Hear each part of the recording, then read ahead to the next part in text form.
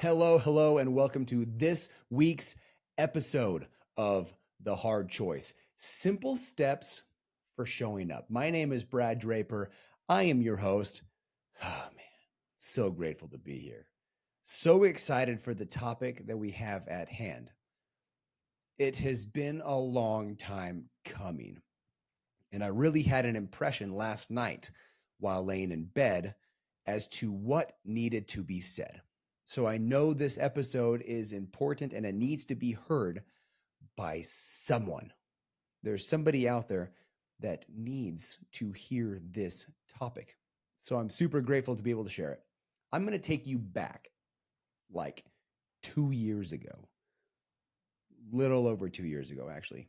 So December 27th, 2021, my now 2-year-old, my youngest, was born. And on December 28th, I received a text from a really good friend, longtime family friend. He's a realtor. We use him and his brother for all of our residential needs. And he shot me a text and said, "Congratulations on your son. By the way, I have a house that you must buy." Now, I want you to think about receiving a text like that. We're in the middle of COVID. My wife is 1 day postpartum, and I get a text saying, "I have a house that you're supposed to buy." So I go to him, I text him back. I said, "Hey, bro, I appreciate you. Thank you about my son. We're not on the market. We love our townhome. Have you seen the price of houses? They're ridiculous. And so we're going to pass." And I got a text back and said, "You're not understanding me. I'm telling you, I have a house that you are going to buy. So come see it." And we got home the next day, December 29th. And the following, it was the 1st, January 1st. We got home, got a little settled. We went to look at this house. It was also in the same city that we lived in, just about 10 minutes away. It's a full home. And I said, "I'm going to go look at it. I'm willing to look at it. But I'm just looking, and I'm not promising I'm going to do anything.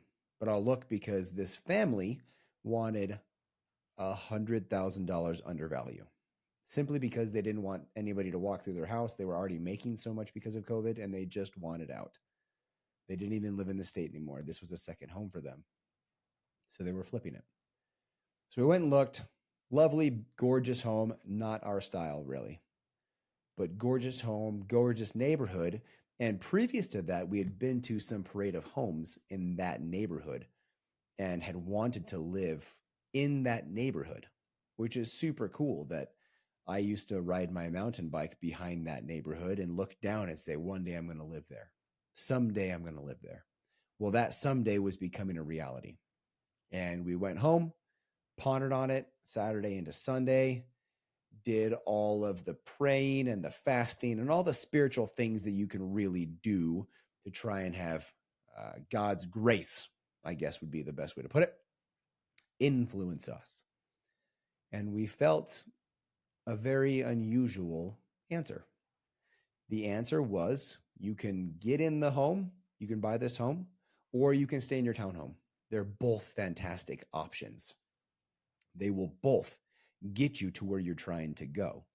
However, if you go and buy this house, you will get to your goals faster than if you stay in the townhome. So, because of that, we proceeded to buy the house. We packed up our whole house in February, and we're in the first part of March. Did a pretty quick turnover. And it was, the only reason it took so long was because they needed to have the house for the 3-year mark, 2-year mark, whatever it was, so they don't have to pay taxes on it. So we were kind of just waiting for that to come to fruition. Had to wait about 14 days. Otherwise, it would have been mid-February that we moved in. Fast forward 2 years. We took the equity because we were getting into a home that we couldn't actually afford. We knew this, and we knew that we were going to have to change what we were doing to change our financial landscape to afford the house. I was sensible enough to put enough into an account to cover the mortgage for a while, about a year. And I got into a whole load of businesses and opportunities, and they all turned into learnings. It would be the best way to put it. They all failed. I went from $200,000 in the account to zero in about 6 to 7 months. And that's hard. That's difficult. On top of that, I chose to leave my career 6 months later because I wanted to be with my family. I knew where I was going, and I had the target on point the whole time. And I spent 6 months from July to December 2022. I spent 6 months working on my mind, studying books, studying courses, masterminds, master classes, going to personal trainings with one-on-one coaches. At one point, I had 6 different coaches. I was in a coaching call 4 of the 5 days a week, if I remember right. It's either 3 days a week or 4 days a week. That's what I did for 6 months. And I mean, wisdom would say probably build a company while you have an income but no job. But I worked on my mind instead, which I'm super grateful that I did. And then into 2023, living on credit. That's what we did. Into 2024, that point to which we were going is now coming into fruition. And I had this thought last night. If you get into the house, which by the way, we're moving back into that house. We moved out because we couldn't afford it. Missed that part of the story. We moved out because we couldn't afford the house. So we put renters in and we moved north by an hour into a cheaper home close to a job that I was working to make ends meet. No longer with a job, started my own company, formed new relationships, and starting a lot of things. And it's been beautiful. It's been amazing. And again, I had this thought last night. Look where you are now, 2 years later. And I thought about if you knew that both paths, the easy path and the hard path, would get you to the same destination, but one would get you there faster, which one would you pick? It's easy to say looking in hindsight, right? It's easy to say, oh man, all day long, go through extreme financial hardship, go through extreme difficulty for 2 years. But while we were in that 2 years, had no clue, right? Didn't know if it was another 5 weeks or 5 years or 50 years. We just knew we were going to get there faster than if we'd stayed in the townhome. That's the mental difficulty. That's the mental hardship. You don't have a light at the end of the tunnel. You don't know when the race is over. You just keep sprinting. You just keep taking another step. And yeah, you got to pivot all the time. There was tons of pivots. There was a time where we didn't have any income, so I went and bought driveway approach plates and was installing them in my neighborhood for increased charge. There was a time where I did rando jobs to try and make ends meet. We had a moment where we went out for date night because we never miss date night. Go listen to previous episodes. We never miss date night. We went out to go look at homes for Parade of Homes because we were gifted tickets. It was a quote unquote free date. And then we realized, oh crap, we got to pay a babysitter. We had $34 in our account, and the babysitter was $48. Had to figure that out. We've been there. I had to move money over because we were about to max out a credit card and we didn't have any in the account. Had to figure that out. You got to figure things out, but it's in those difficult times that you become the person. I've got this nephew, love him to death. And he asked me a question a little bit ago, a couple weeks ago. He said, he's 15, by the way. I want to start learning about making money online. I want to learn how to not have a job. I don't want a 9-to-5 job. I want to work for myself when I graduate high school. I want to start learning. What do I need to do? And I said, we can have coaching calls. The first thing you need to do is learn who you need to become. Making money is easy, but retaining money and having the relationships to make lots of money, you need to be a particular person. Have the right mindset. Think a specific way. For instance, I'm getting trained in day trading right now. I can just day trade what I have, or I can take a credit card and max it out and put the money to work, put the resource to work. Use any resource possible. Use relationship capital. Use credit and leverage capital. This is not financial advice, by the way. No financial advice. Zero financial advice. Do not do this. This is not the financially wise thing to do. But my risk tolerance is immaculate because of what we've been through. So I ask you again, if you knew both paths that lay in front of you would take you to your destination, one is conceivably much harder. You already know it's going to be harder, or stay where you're comfortable. They're both going to get you there. Which one are you going to do? You know that the harder one's going to get you there faster. You don't know how long that race is. Are you running a sprint?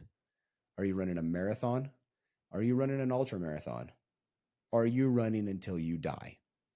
Which one are you doing? You just know it's faster because it gets you mentally to become the person faster. It is said that iron sharpens iron, right? Grinding away. It is also said living in the refiner's fire is how you become purified. The hotter the fire, the faster the purification. It is also said that working your guts off isn't a guarantee. It depends on what you're working your guts off on. What are you willing to do? What are you willing to endure? That is not just simply stating, I'm going to work my guts out, and because of that, I deserve X, Y, and Z. It matters what you're doing. It matters who you are mentally. It matters where you're going. After all, if you don't write down your goals and know where you're going, it doesn't matter where you go. That's the right answer no matter what, because you have no destination. But if you have a destination, you can create the path to get there by reverse engineering. What will it take to get there? Who do I need to meet? I just listened to the book last week, Who Not How. Fantastic read or listen. I highly suggest you do so. It's a very quick read. Who, not how. It is not your job to know how to get somewhere. It is your job to know who will take you there. It might be you. It might be somebody you know, and it might be somebody you don't know. My greatest relationships as of the recording of this episode, my most valuable relationships right now, one person I met 5 weeks ago and one person I met 10 days ago. And we are earth shakers together. But brand new relationships. But boy, do I feel like I've known them for eons. I am so grateful for them. I love them tremendously. I've been on the phone with both of them every day. One of them, he's training me. We have been on the phone for the better part of 6 or 7 hours a day. It's as if we were sitting in an office together. We just happen to be 50 miles away. Which path are you willing to choose? Which path are you willing to endure? Are you willing to endure the growth and growth pains of the hard path? Or are you willing to endure the growth and growth pains of the easy path? The choice is yours. What are you willing to do? I hope you know I love you. I am grateful for you. I'm grateful for you sharing these episodes. That's the only way this show grows.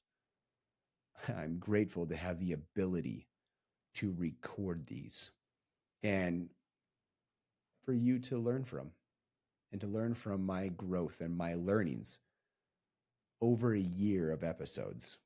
There's a lot of information there. There's a lot of knowledge there. There's a lot of learnings there that I paid a great deal of money, multi 6 figures, to learn. And it's on here for free. All I ask for you is to share it with a friend. So, like this thing, subscribe to it, download it for future listenings. Until next week, I love you guys. Bye.